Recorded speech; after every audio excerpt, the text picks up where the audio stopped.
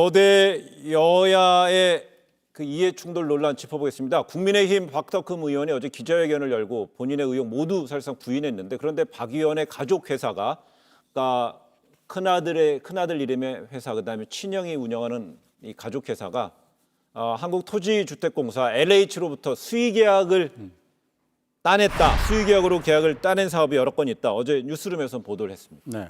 확인 보도였습니다. 네.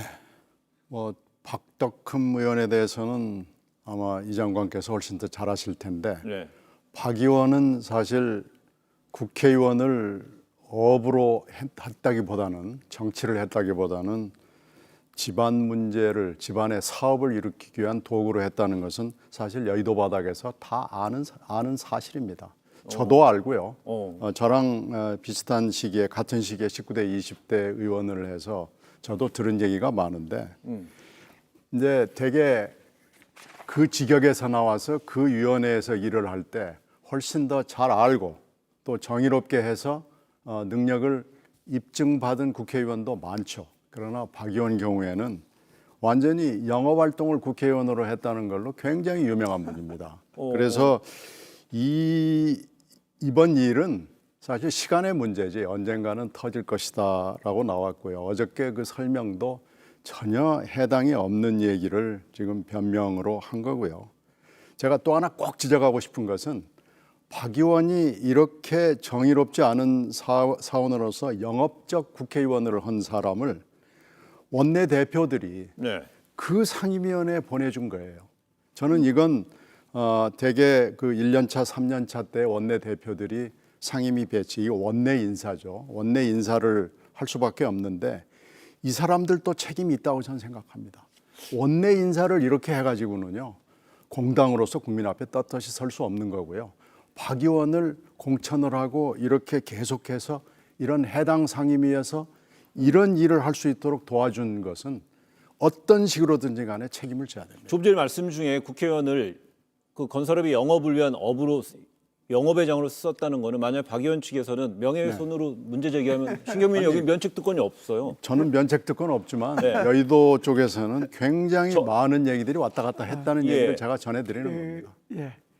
신 의원님 이야기를 이재 의원님도 동의하시는 내용이에요?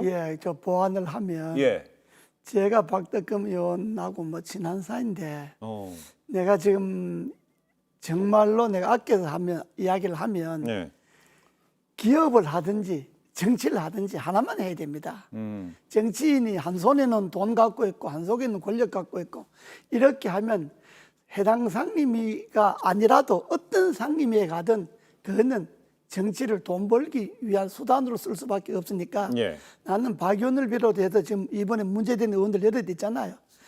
돈을 택하려면 돈 버는데 전념하고 정치는 손 떼고, 아니면 국회의원을 하려면 돈 버는 건 손 떼고 국회의원만 하고 뭐 이렇게 해야지, 한쪽에는 돈 버는 거 잡고 한쪽에는 정치하는 거 잡고 이렇게 되면 결국은 돈벌이 위해서 정치하고 정치하기 위해서 돈벌이하고 이렇게밖에 안 되거든요. 그러니까 둘 중에 하나만 해야 됩니다. 그럼 결국 박덕흠 의원이요, 두 분 얘기 말씀 종합해보면 국회에서 특히나 이제 국토교통위원으로 활동하면서 건설업계를 좀 대변하는 발언, 역할을 수행을 했다는 거예요, 구체적으로요? 그 뭐 촉기록이 다 나와 있으니까 그렇게 언론에도 그렇게 나와 있는데 제 이야기는 했든 안 했든 이미 존재 자체가 그는 이해 충돌로 돼 있는 거예요. 그렇게 되면 만약에 국토교통위원이면은요, 만약에 건설업 하시던 분이 교육위원회를 갔다고 그래요. 그런 관여 없습니까? 왜 학교 짓는데도 만약에 공사가 있을 그러니까 그렇죠. 제가 거의 모든 상임위원회에 다 건설이라는 게 있잖아요. 그렇습니다. 그러면 그 상임위원회에 가서 그 지금까지의 경험과 학식을 가지고 정의롭게 활용을 해야 되는데 박 의원 경우에는 그런 흔적이 없습니다. 뭐 그게 안 되는 게, 뭐 어떤 위원회 가든 기업을 갖고 있으면 상임위원회가 어디를 가든 영향을 미치게 돼 있어요. 그렇기 때문에 제가 지금 권고하고 싶은 거는 박덕흠 의원도 이번 기회에 국회의원도 3선 하셨고 재산도 뭐 몇백억 되니까 아예 기업만 하시든지 아니면 기업을 정말로 손 떼고 국회의원 하든지 둘 중에 하나를 택해야지, 적당하게 뭐 명부만 넘겨놓고 엉거주춤하게 있으면 정치에 도움이 안 됩니다. 그럼 본인이 만약에 선택하기 어렵다면은 어제 이제 국민의힘 차원에서 당 차원에서 진상특별위원회를 구성했잖아요. 원 내외 인사를 통해서요. 그럼 당에서는 어떤 입장을 좀 구체적으로 내야 된다. 속도전이다.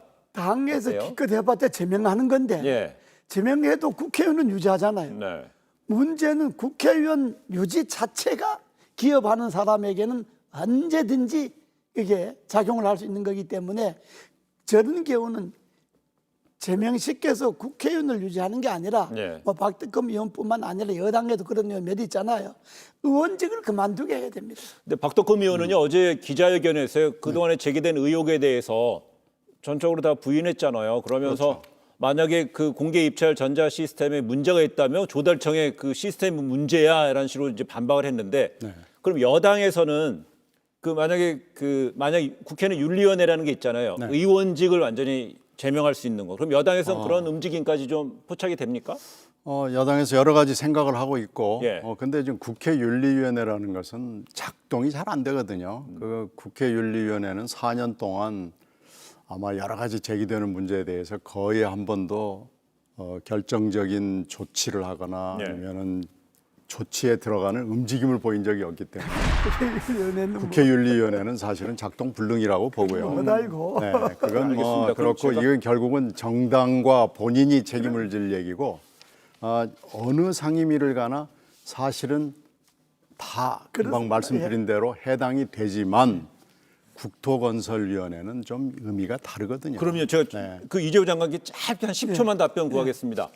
지금 야당에서는 지금 박덕흠 의원의 의혹 제기가 잇따라 나오는 것에 대해서 추미애 장관의 어떤 제기된 아들 문제 제기됐던 의혹에 대해서 약간 덮기 물타기다라는 주장도 나와잖아요. 동의하시나요? 그렇게 주장할 수 있지만 꼭 그렇게 볼 건 아닙니다. 그런 건 아니다. 예. 자체 문제적 요소가 있어서 나오는 것이다. 그러니까 각각 추미애는 추미애대로 문제가 있고 박덕흠 박덕흠대로 문제가 있는 거지 항상 여야가 정치 공세로 서로 섞어서 하는데 그건 옳지 않습니다. 알겠습니다.